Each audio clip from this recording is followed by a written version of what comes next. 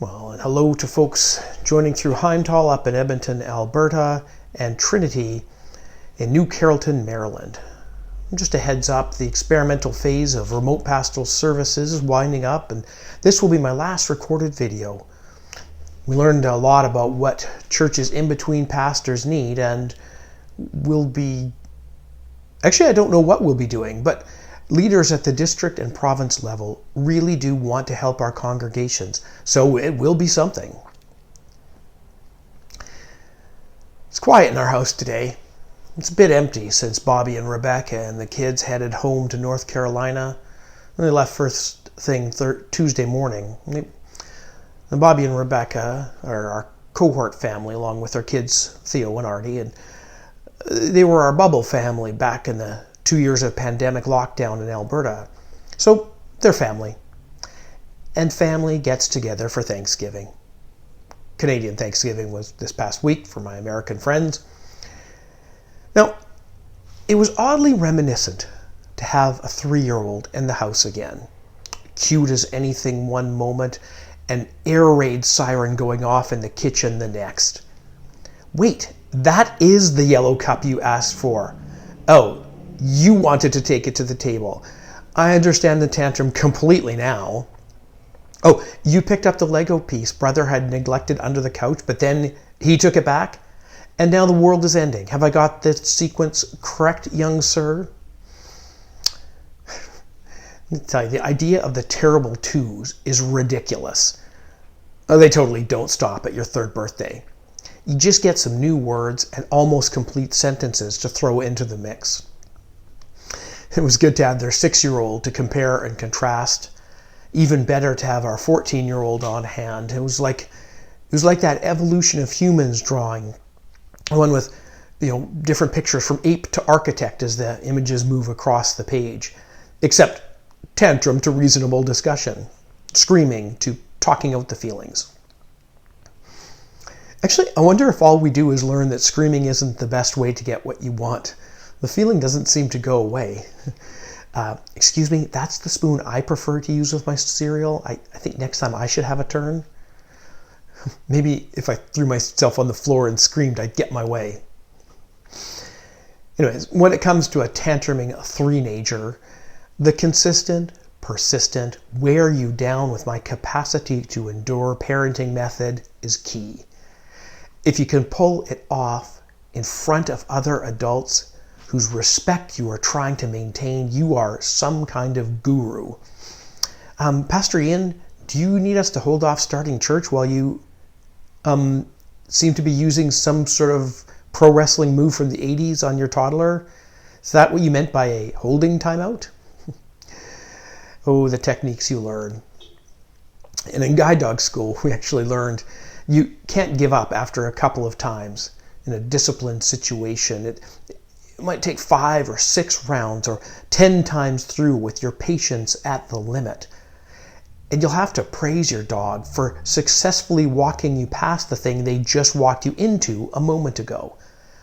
Even though your mind and perhaps your forehead is still very much focused on the very recent past. You need to praise your canine and, your recently tantruming toddler for the present reality of correct behavior. This can be very tough to do, and I commend the parents going through it and completely understand when you're just done and lose it. So why am I telling you this? Well, today's gospel scripture is about exactly this kind of persistence. I'll paint the picture a bit and expand on the context, and we'll work through how we might be reflected in the scripture and how it matters in our world.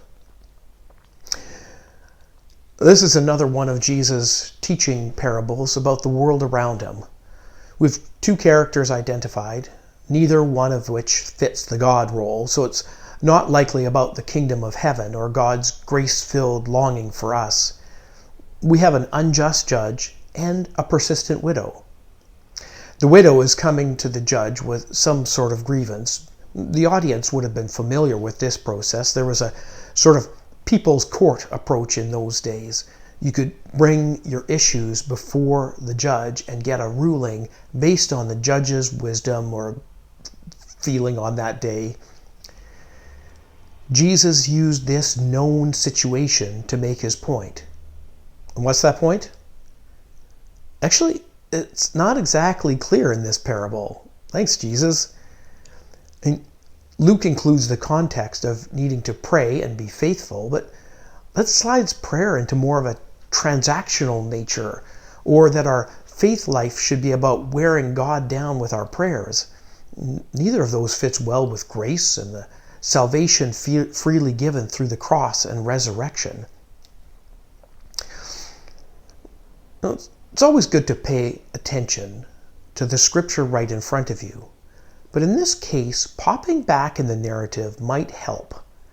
This parable feels like an answer, and maybe it would be helpful to know the question. Immediately before this passage, the disciples are asking Jesus about the end times and the coming of God.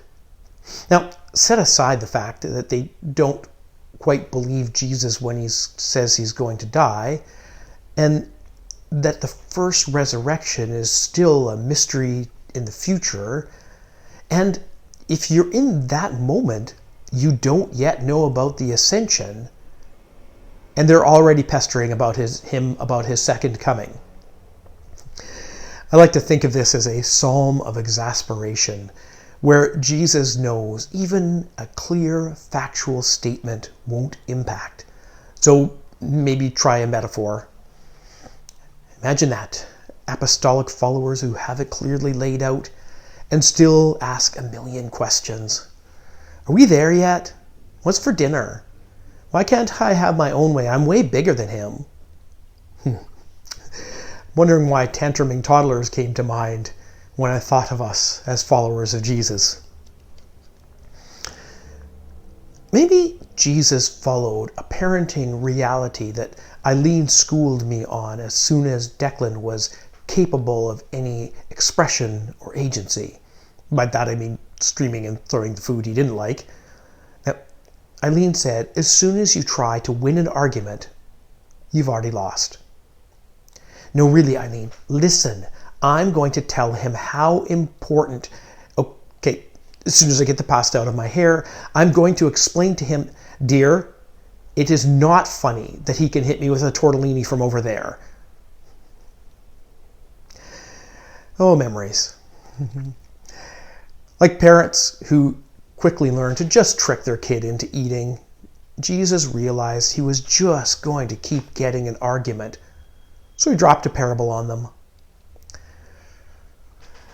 Now, it's of course important to note the context that Jesus was speaking into, and the context in which Luke wrote the gospel.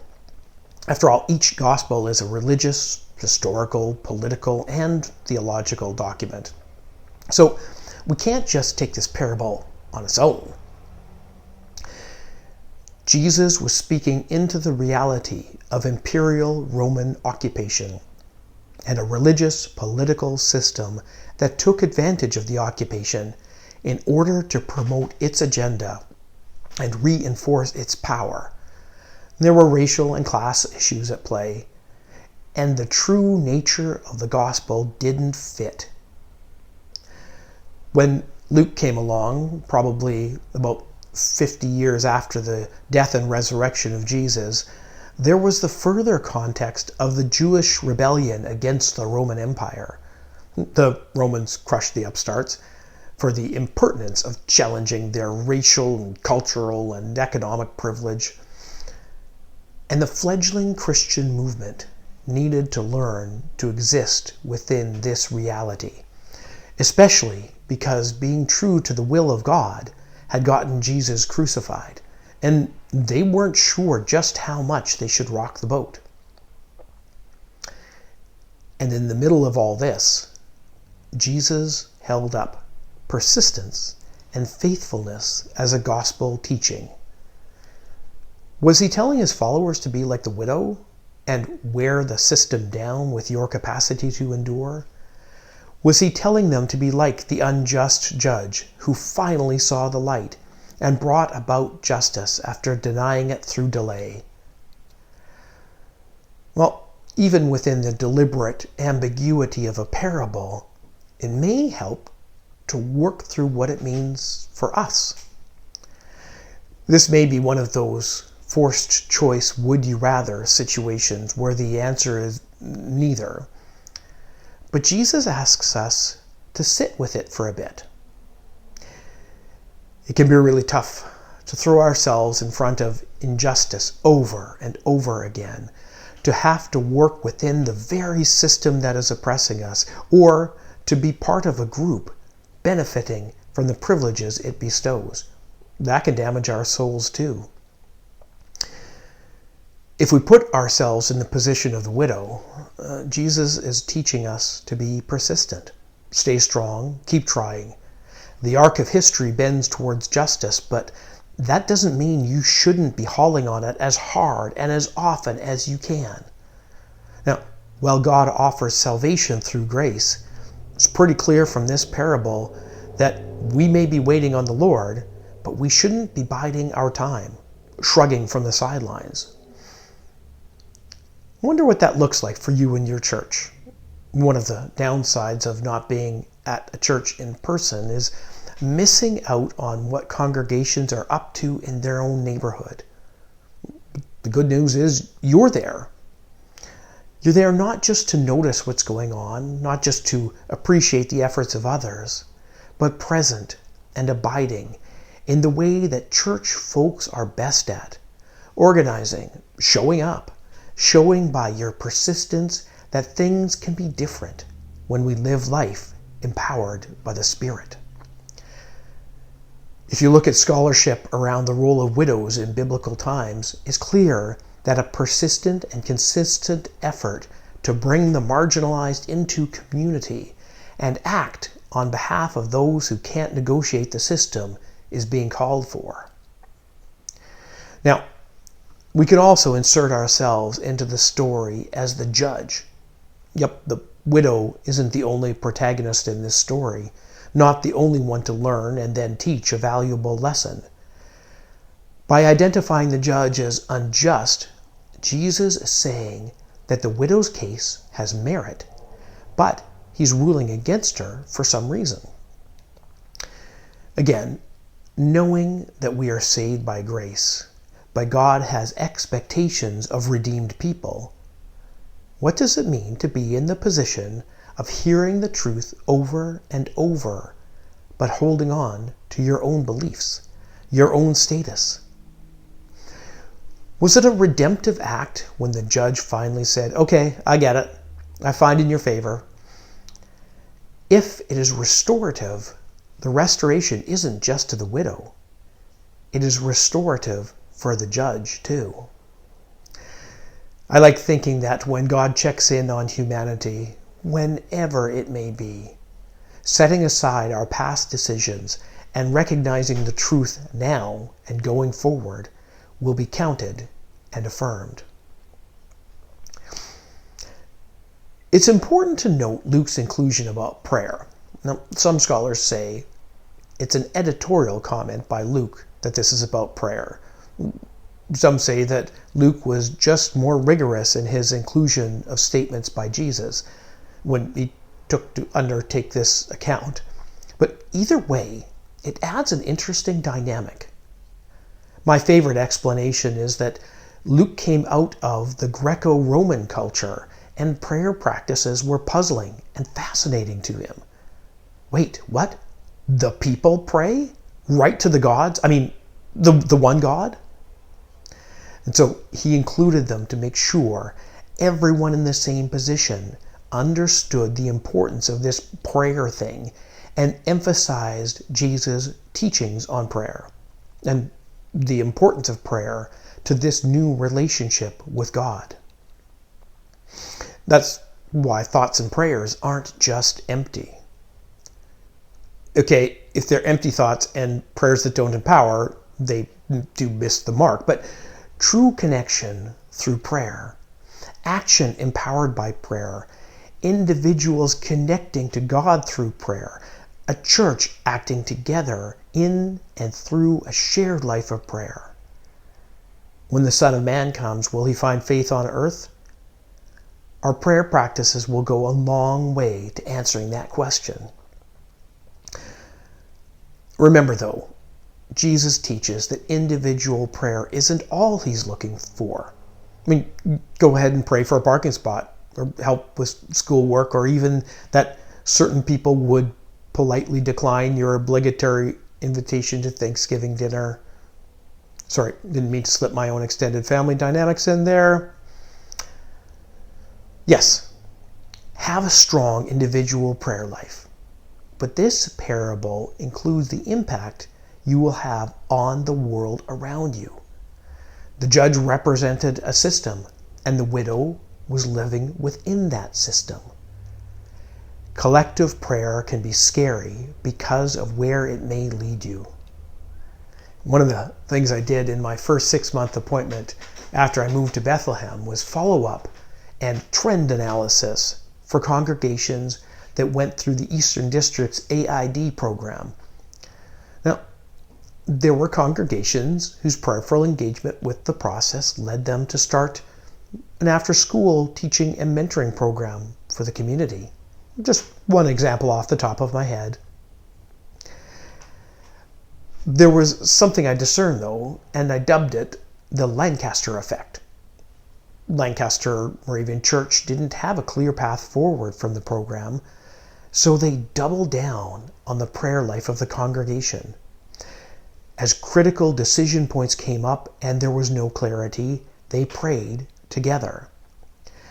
Their faithful decision was to close their church out in the countryside and set up a ministry of adult day services in downtown Lancaster.